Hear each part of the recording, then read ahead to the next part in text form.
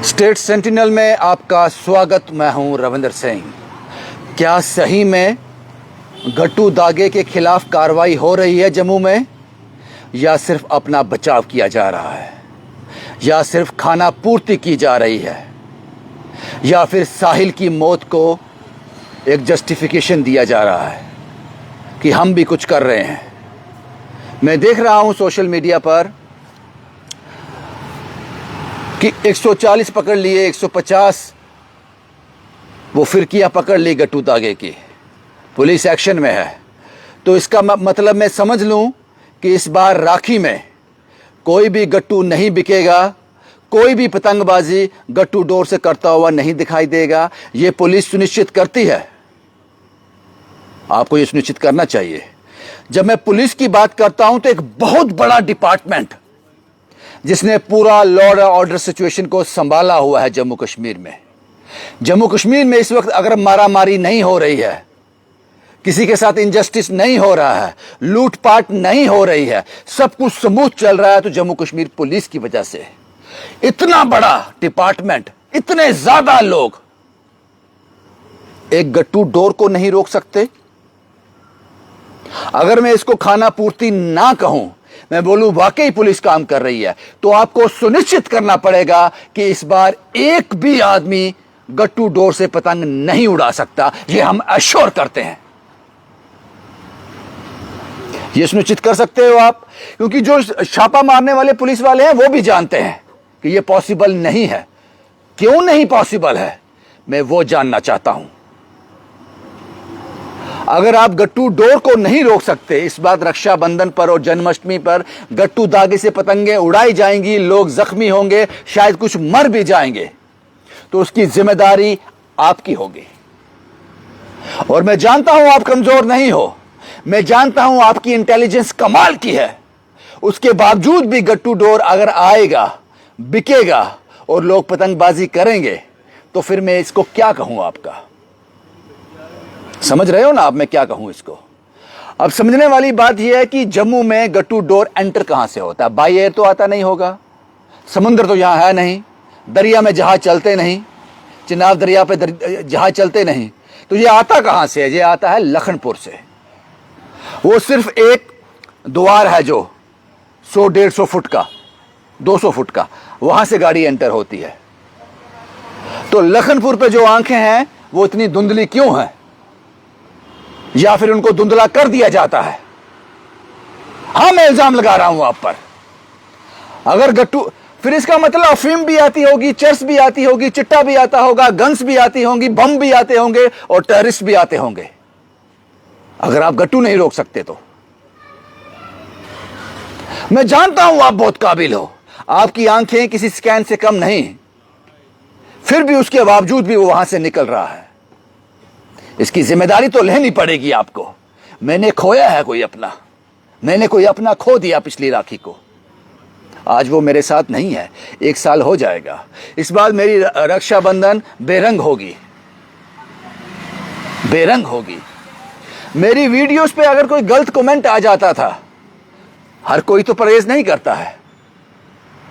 परविंदर सिंह मेरा भाई सन्नी उससे लड़ता था कमेंट में, फिर मैं उसको कॉल करता था, भाई कितने से लड़ोगे, ये सोशल मीडिया है। वो लड़ने वाला चला गया, मेरी वीडियो को लाइक और शेयर करने वाला चला गया। मैंने खोया है इस गट्टू डोर की वजह से। इसलिए मुझे पता है कि अपनों के खोने का गम क्या होता है।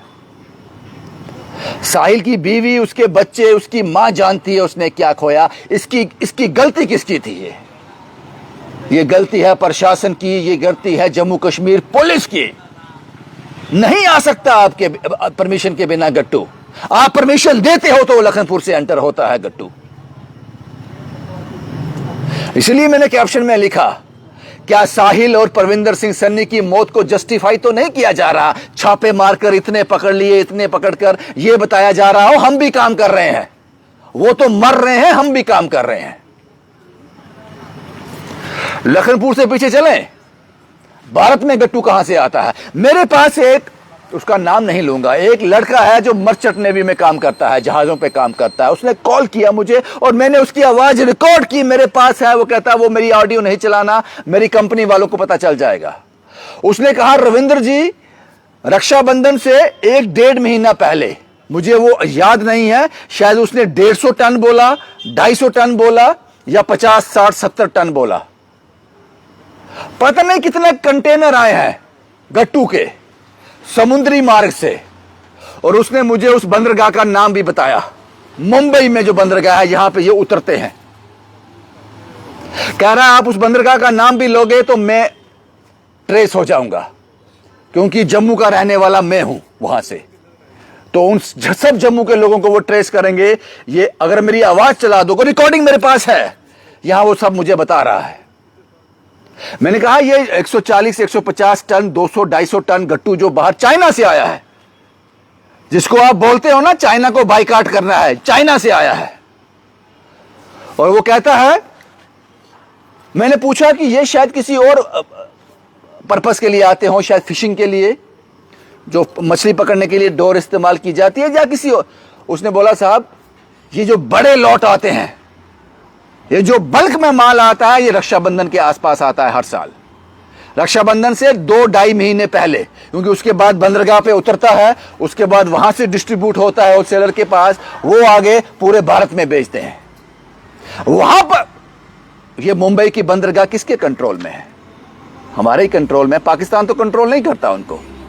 वहां से माल उतरता है लीगली उतरता है, चाइना से जहाज आते हैं समुद्री, वहां उतरता है, वहां से डिस्ट्रीब्यूट होते हैं, सब कुछ लीगल चल रहा होता है। लेकिन जब लोग मरना शुरू हो जाते हैं तो इसको इलीगल बना दिया जाता है, फिर आपकी छापेमारी शुरू हो जाती है। लखनपुर पर एक बड़ा बैरिकेड लगा दो, एक बड़ी दीवार लगा दो, उन आंखों की जो आंखें ईमानदार हो। लखनपुर बॉर्डर पर वो आंखें चाहिए, कोई और रास्ता नहीं है आने का, सिर्फ लखनपुर द्वार। वहां पर ईमानदार आंखें लगा दो, एक भी गट्टू नहीं आ सकता। आप कुछ करना ही नहीं चाहते, पुलिस पकड़ रही है, पकड़ लिया, मैं गट्टू बेचता हूं, मुझे पकड़ लिया, मुझसे 150 गट्टू बरामद कर लिए, उसके बाद मुझे क्या करोगे? मेरे लिए क्या लीगल प्रोसेस है? फाइन करोगे? क्या होगा मुझे? या कोई मुझ पर केस डालोगे, छोटा मोटा केस, मैं बाहर आ जाऊंगा, जमानत हो जाएगी। जानलेवा है गट्टू, जानलेवा है, नॉन बेलेबल ऑफेंस में कैटेगरी में आना चाहिए ये, उसकी जमानत नहीं होगी। लगाओ जिसके पास गट्टू पकड़ा जाएगा, एक भी रोल पकड़ा जाता है, लगाओ उसको 5 साल की सजा, 5 साल जेल के अंदर रहेगा, कोई फाइन नहीं होगा, जेल काटनी पड़ेगी उसको। कानून सख्त करो। आप काम कर रहे हो नौसिखियों की तरह, तू दौड़ मैं पकड़ता हूं, तू दौड़ना शुरू कर दे, फिर मैं तेरे पीछे भाग के पकड़ूंगा। जब उसने पहला कदम रखा वहीं दबोच लो। मुझे समझ आती है सब कुछ, मुझे। और जो ग्राउंड में पुलिस वाला काम करने वाला है वो भी ये जानता है, वो ईमानदारी से काम कर रहा है, वो ईमानदारी से काम कर रहा है, वो पता है उसको कि मुझे गट्टू को पकड़ना है। लेकिन जो बड़ी मछलियां हैं, पता नहीं कहां कहां से फोन घूमते हैं, बड़ी मेहनत से एक ग्राउंड में काम करने वाला पुलिस वाला इसको अंजाम देता है, इसको ग्रैब करता है, इनको पकड़ता है, और वो लोग आसानी से छूट जाते हैं और मरने वाले मर रहे हैं। इसलिए आज वो मेरा दोस्त, मेरे कुलीग, मेरा सहयोगी हरजीत सिंह, निर्भय निर्वोर मीडिया से है, उसने एक नया कारनामा इजाद कर दिया। शायद उसने किसी बाहरी पंजाब राजस्थान कहीं देखा होगा, स्कूटी और मोटरसाइकिल के आगे तार लगा दो ऐसे। आपको इस बात को समझना होगा वो तार लगाने की जरूरत क्यों पड़ी। वो तार लगाने की जरूरत इसलिए पड़ी क्योंकि लोग समझते हैं कि पुलिस जो है नहीं कंट्रोल कर पाएगी गट्टू पर, वो आप पर विश्वास नहीं करती है। अगर वो तार नहीं लगाते, पता है इस बार पुलिस एक्शन में है, नहीं होगा गट्टू, गट्टू बिकेगा इस बार भी, लोग पतंगबाजी करेंगे उससे और गले भी कटेंगे। ये आने वाले दिनों में पता चल जाएगा आपको। और अगर एक भी गला कटा, एक भी आदमी मरने की दूर की बात है जख्मी भी हुआ, उसकी सारी जिम्मेदारी जम्मू कश्मीर पुलिस की होगी, एडमिनिस्ट्रेशन की होगी, उन कानून बनाने वाले लोगों की होगी। आप लोगों की जिंदगियों से खिलवाड़ कर रहे हो थोड़े से पैसे लेकर। और लानत है उन लोगों पर जो इसको बेचते हैं।